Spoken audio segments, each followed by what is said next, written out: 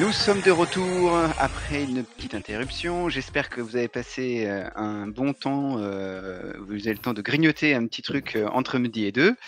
Et pour cette émission Quoi de neuf docteur, je reçois Édouard Carrette. Bonjour Alors à tous. du coup, j'espère que ceux qui auront la ref pourront apprécier. Et pour les autres, nous entamons un What New. Donc ça, c'est une petite spécificité de Fusion 360. Eve en parlait ce matin dans la présentation de Fusion as a Platform. Il y a déjà de nombreuses renew reviews qui sont annoncées depuis la création de Fusion avec des évolutions constantes. Donc ça, c'est vrai que c'est quelque chose d'assez incroyable de voir l'évolution du logiciel en quelques années.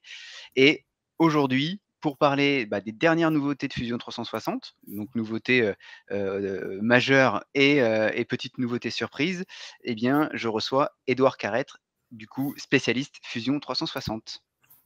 Merci Édouard d'être avec nous, tu nous entends bien ? Je vous entends bien, merci pour cette introduction. Je suis donc Édouard Carrette, je vais me présenter peut-être rapidement.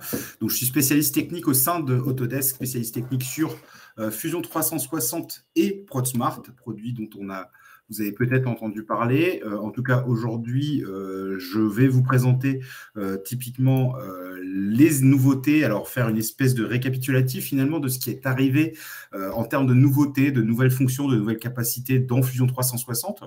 Alors, je ne vais pas vous pouvoir en une demi-heure vous présenter l'ensemble des nouveautés parce que clairement, il y en a beaucoup. Je vais essayer d'aller à l'essentiel et vous donner finalement un peu une idée de la feuille de route que nos développeurs, nos équipes de développement sur lesquelles sont en train de travailler. Donc, je vous demande de juste un instant le temps de partager mon écran. Alors, hop, et c'est donc partager ou présenter le contenu. Alors, ça sera partagé, Edouard. C'est ça, pardon, j'étais dissipé. Et du coup, pour les participants, n'hésitez pas à utiliser la zone questions et réponses, donc Q&A, sur la zone de votre interface, de manière à pouvoir préparer vos questions en fin de session. Tout à fait. Alors, est-ce que vous voyez mon écran? Pas encore, très bien.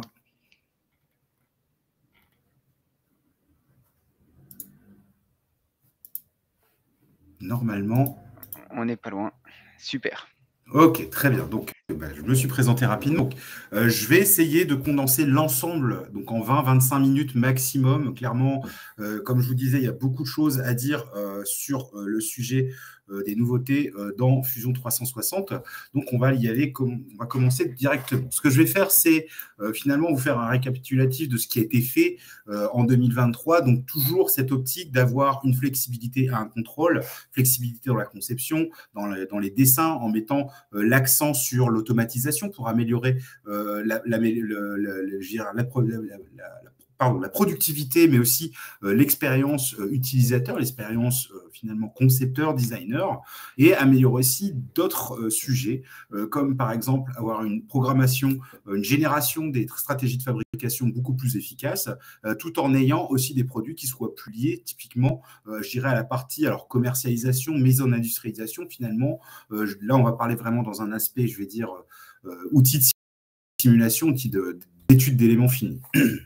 Donc, quelles ont été finalement les grandes avancées, les grandes nouveautés dans tout ce qui était documentation et l'espace concept en 2023? Donc, il y a un premier point qui a été fait. Donc, vous avez sans doute vu sur les dernières mises à jour, la configuration s'est arrivée dans Fusion.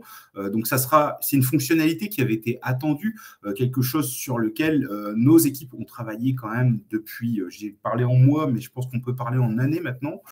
Donc, pour ceux pour qui ce n'est pas bien clair, ce qu'est la configuration, c'est la possibilité de créer plusieurs pièces à la fois, des chronologies, des esquisses, des paramètres qui vont être partagés pour pouvoir finalement générer toute une famille de produits, de pièces, de sous-ensembles qui vont permettre d'avoir finalement gardé la trame commune de la création, mais en pouvant ajouter différentes variables telles que les matériaux, les dimensions. La configuration va concerner même énormément d'aspects comme les apparences, etc. Voilà. Donc, le but de tout ça, c'est finalement de centraliser la gestion d'un projet avec finalement le système de configuration en ayant bien entendu cet aspect très Fusion 360, faire en sorte que tout soit accessible et intuitif pour l'utilisateur. Finalement, comme le montre un peu l'image, c'est-à-dire qu'on va pouvoir un peu créer nos configurations. Donc là, on a un peu sur la vidéo l'exemple typique de l'enceinte. Donc finalement, on peut imaginer sur une seule et même forme d'enceinte plusieurs qualités d'enceinte, plusieurs qualités, que ce soit en matériaux, composants électroniques, et finalement tout regrouper, donc ce qui va nous permettre d'ouvrir la voie finalement à une meilleure gestion des nomenclatures, meilleure gestion des projets, toujours en utilisant finalement toute la collaborativité qui est inclue dans Fusion 360. Donc bien entendu, la configuration, ça va aussi mettre comment dire, une meilleure facilite du flux complet du travail, c'est-à-dire que bien entendu, on a dans la conception la possibilité d'utiliser la configuration, mais ça veut bien entendu aussi que dans la partie, je dirais, documentation, la partie en plan, nomenclature, PLM, on va avoir, suivi de vie du produit, on va avoir justement tous les outils qui vont nous permettre de faciliter finalement, je dirais, l'échange des informations et aussi la vie même d'un projet et ses différentes évolutions. Pour continuer aussi, donc petit détail, je sais que utilisateurs de découpe laser et ce genre de machines qui ont ce besoin finalement de gestion, là je dirais dans un aspect mise en plan, on a la possibilité désormais de pouvoir gérer les différentes épaisseurs de traits. Alors ça a plein d'avantages parce qu'il y a forcément un côté trop normatif au niveau du document lui-même, mais la possibilité d'exporter un DXF avec la bonne épaisseur de trait pour votre fichier vectoriel, ça peut faire du sens aussi pour les personnes qui sont, je dirais, qui ont une activité qui va tourner autour finalement aussi de la fabrication. Et là, je pense en particulier à la fabrication laser, la fabrication plasma, où beaucoup de machines ont besoin de lire ce type de document, ce type de fichier. Pour continuer après sur la partie documentation, là encore, c'est un peu la trame, hein, c'est des évolutions qui vont continuer. Hein, donc, on a parlé de la configuration, je dirais, qui est sur un aspect global, mais il faut savoir aussi que sur la partie mise en plan, il y a eu beaucoup de demandes qui ont été faites de la part de nos utilisateurs, de la part de nos utilisateurs au sens large, pour améliorer, automatiser, faciliter l'utilisation d'espaces dessins. Donc, ça se passe entre autres par la possibilité de commencer à créer ces patterns de tableaux de nomenclature et de pouvoir les utiliser sur des fichiers qui vont être interconnectés. Donc voilà, typiquement, là, pour revenir à ça, on va avoir la facilité de pouvoir revenir sur nos différents dessins et aussi de pouvoir les éditer. Donc ça, c'est quelque chose on facilite, on rajoute des outils pour faciliter la mise en plan, son édition, dans la même optique, finalement, la possibilité aussi de pouvoir rajouter des repères directement quand on va importer notre modèle pour faire notre mise en plan. Alors, je ne passe pas trop de temps là-dessus, mais typiquement, c'est des choses que vous pouvez déjà utiliser dans Fusion 360. Pour revenir un petit peu sur l'aspect design, je dirais l'aspect projet, on a rajouté aussi, on a facilité finalement tout ce qui va être paramétrage. Donc, on a déjà vu une évolution finalement du tableau de paramètres avec la possibilité de pouvoir toujours créer ces fichiers de manière paramétrique. Maintenant, on a typiquement fait rajouter une facilitation pour pouvoir créer les paramètres conditionnels. Typiquement, l'image parle d'elle-même, hein, finalement, la possibilité d'utiliser un paramètre par rapport au diamètre, en l'occurrence d'un ventilateur, pour pouvoir rajouter des fans à ce ventilateur en utilisant ces expressions qui sont if, donc en anglais, hein, bien entendu, and, or not, qui vont permettre finalement de rajouter une étagère par rapport à une hauteur de bibliothèque ou en l'occurrence, comme l'exemple, une hélice par rapport à une dimension, par rapport à un débit d'un ventilateur. Donc, on va vraiment pouvoir aller encore plus loin dans tout ce qui va être design paramétrique. Donc, pour rester aussi dans tout ce qui est design et, je dirais, gestion du dossier, dossier, on a la possibilité avec la fonctionnalité suivante, donc le XREF, donc ce qui va permettre finalement de pouvoir comment dire, passer un cap sur la partie jalon. Donc, ça va permettre de pouvoir désigner une sauvegarde comme une référence, d'accord, comme un jalon. Ça va permettre aux équipes de conception qui pourraient être dispersées, qui pourraient être pas forcément dans le même bureau ou même dans le même, les mêmes comment dire, bâtiments, de pouvoir finalement avoir les différents référentiels par rapport à leur conception. C'est-à-dire que typiquement, on peut avoir se tenir au courant, par exemple, par un livrable clé, par exemple un PCB qui va être en cours de finalisation, ou typiquement, justement, quand on est vraiment le nez un peu dans la bulle, on va pouvoir toujours avoir accédé par rapport à cette référence. Donc, paramètres d'utilisateur, donc oui, on a amélioré l'expérience utilisateur, je ne vais pas passer trop de temps dessus, mais en gros, dans l'idée, c'est de pouvoir faciliter finalement l'accès à nos différents paramètres. Donc, pour revenir sur l'aspect design, on a amélioré finalement, ça n'a pas été traduit, on a amélioré typiquement la section, on va dire tout ce qui va être B-spline pour faciliter finalement le désignation, la paramétrage, je vais dire, des isoparams qui vont permettre de créer ces fameuses splines qui vont permettre de créer des surfaces complexes en rajoutant des commandes, voilà, pour pouvoir vraiment s'attacher et respecter finalement notre cahier des charges. On a la possibilité d'avoir l'outil qui va nous permettre de lire, vérifier notre courbe directement intégrée dans l'espace dessin. Tout ça pour rebondir, je dirais, sur des outils qui ont été ajoutés aussi. Donc, je ne l'ai pas traduit, le blend curve. Donc, le blend curve, c'est quoi? C'est pouvoir finalement avoir un outil qui va nous permettre de facilement pouvoir établir des connexions entre les esquisses, entre des splines, entre des surfaces complexes. Donc la courbe de lissage, comme elle est appelée, elle va se trouver dans la section de modification d'une esquisse. Elle peut être définie juste en sélectionnant les arêtes.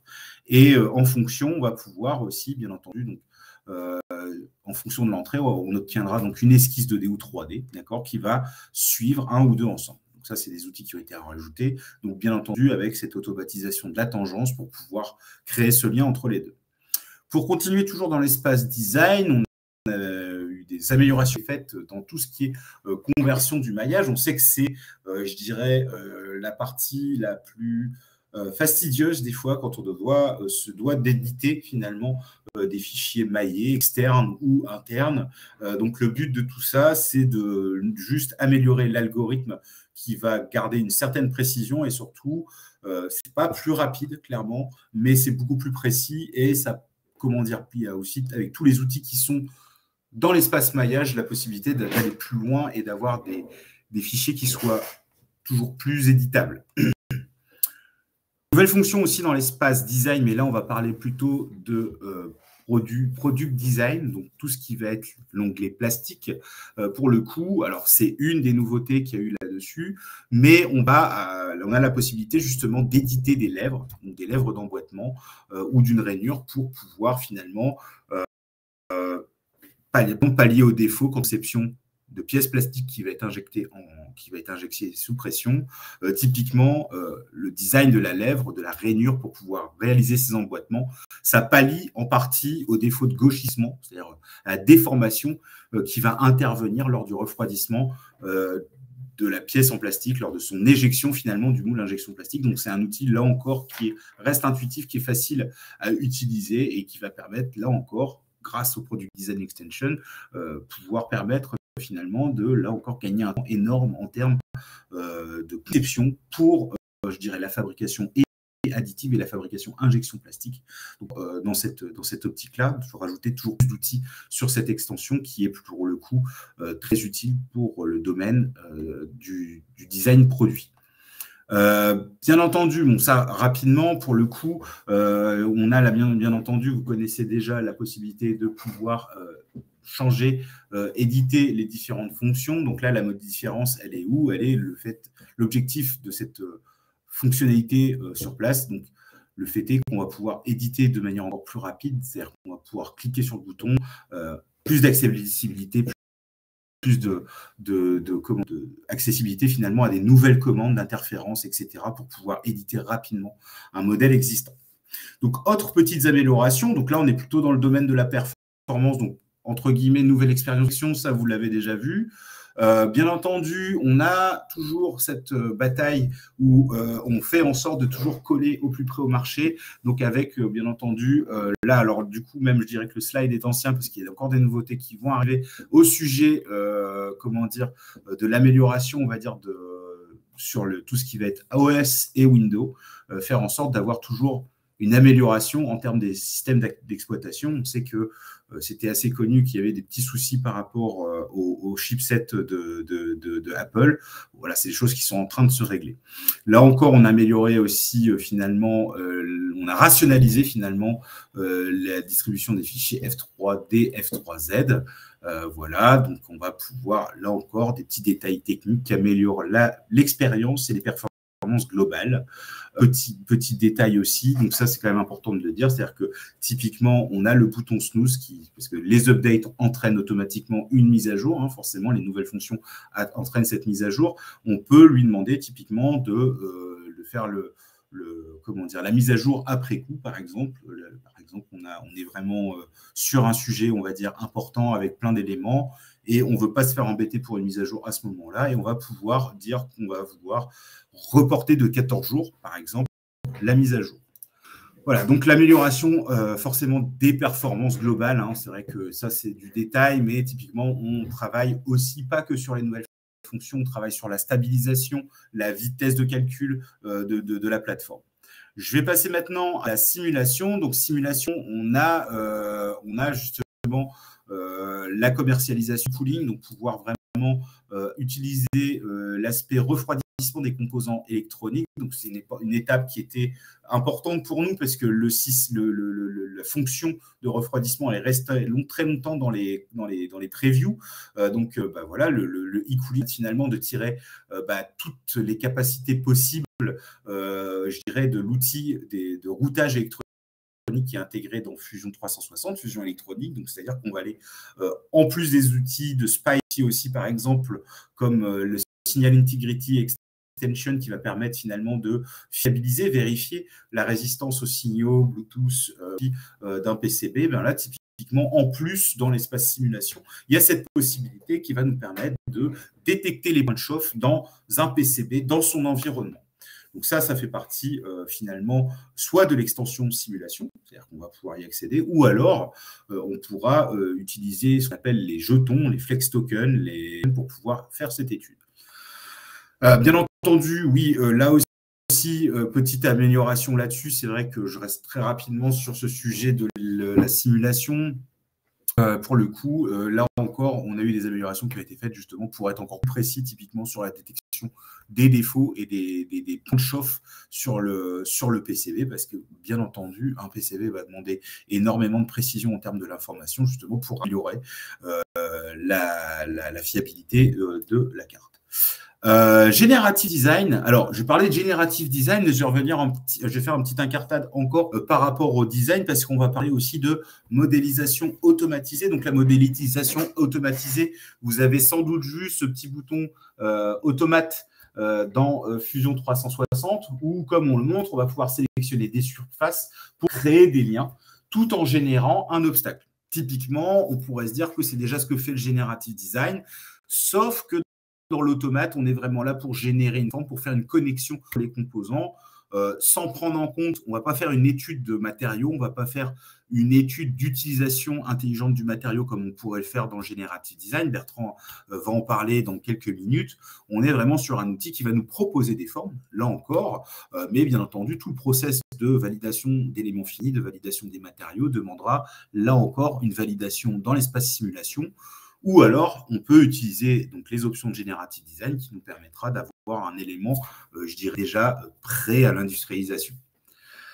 Pour continuer sur le Generative Design, donc on a bien entendu la possibilité de créer des résultats parfaitement symétriques. C'était encore une preview, mais maintenant, ça reste très accessible. Dans l'idée, on va pouvoir créer, j'ai demandé de générer des formes au Generative Design, donc tout en prenant en compte les problématiques de symétrie, justement des fois juste des problématiques d'équilibre des formes.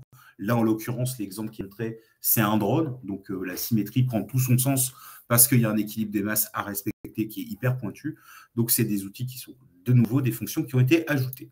Voilà, les objectifs, là encore, on a rajouté des choses pour optimiser encore les objectifs et les limites de notre étude. Je passe rapidement dans l'idée, c'est qu'on va pouvoir prendre en compte le déplacement, les directions, mais aussi tout ce qui va être, je dirais, charge de ponctuelle, distance, etc. C'est-à-dire qu'on va pouvoir rentrer toujours plus dans la précision quand on va vouloir générer notre étude de générative design. Hop. Alors, on va parler de fabrication. Donc, les améliorations, oui. Alors, rapidement, on va pouvoir aussi réduire des résultats amélioratifs. Donc là, c'est juste pour dire qu'on a quand même s'il n'y a eu pas des changements hyper importants dans le GEM, toujours des équipes qui sont centralisées, qui vraiment travaillent sur l'exploitation et l'optimisation de l'algorithme qui génère les différents résultats de notre générative design. Pour les rendre toujours plus viables, pour les rendre toujours plus faciles à mettre en fabrication.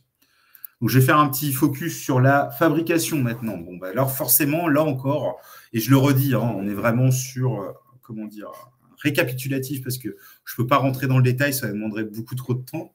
Dans l'idée, finalement, pour reprendre l'idée générale, on fait en sorte d'améliorer finalement l'expérience utilisateur sur les fonctions déjà existantes, comme on le voit à l'écran.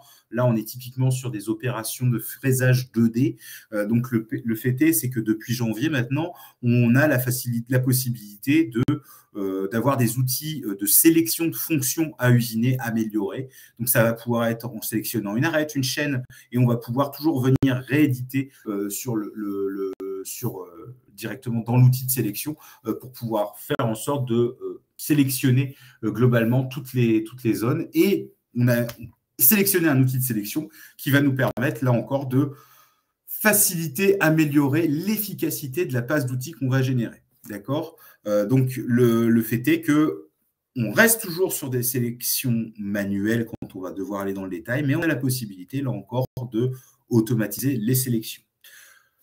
Pour continuer sur la fabrication soustractive, vraiment point important, et là je le dis parce qu'on a vraiment des retours clients qui sont incroyables par rapport à cette stratégie de fabrication qui a été ajoutée, à savoir l'ébavurage, c'est-à-dire que typiquement on a ajouté cette stratégie de fabrication qui permet de faire de l'ébavurage en 3 axes, en 4 axes et en 5 axes, qui est pour le coup hyper versatile, hyper automatisée et très intelligente.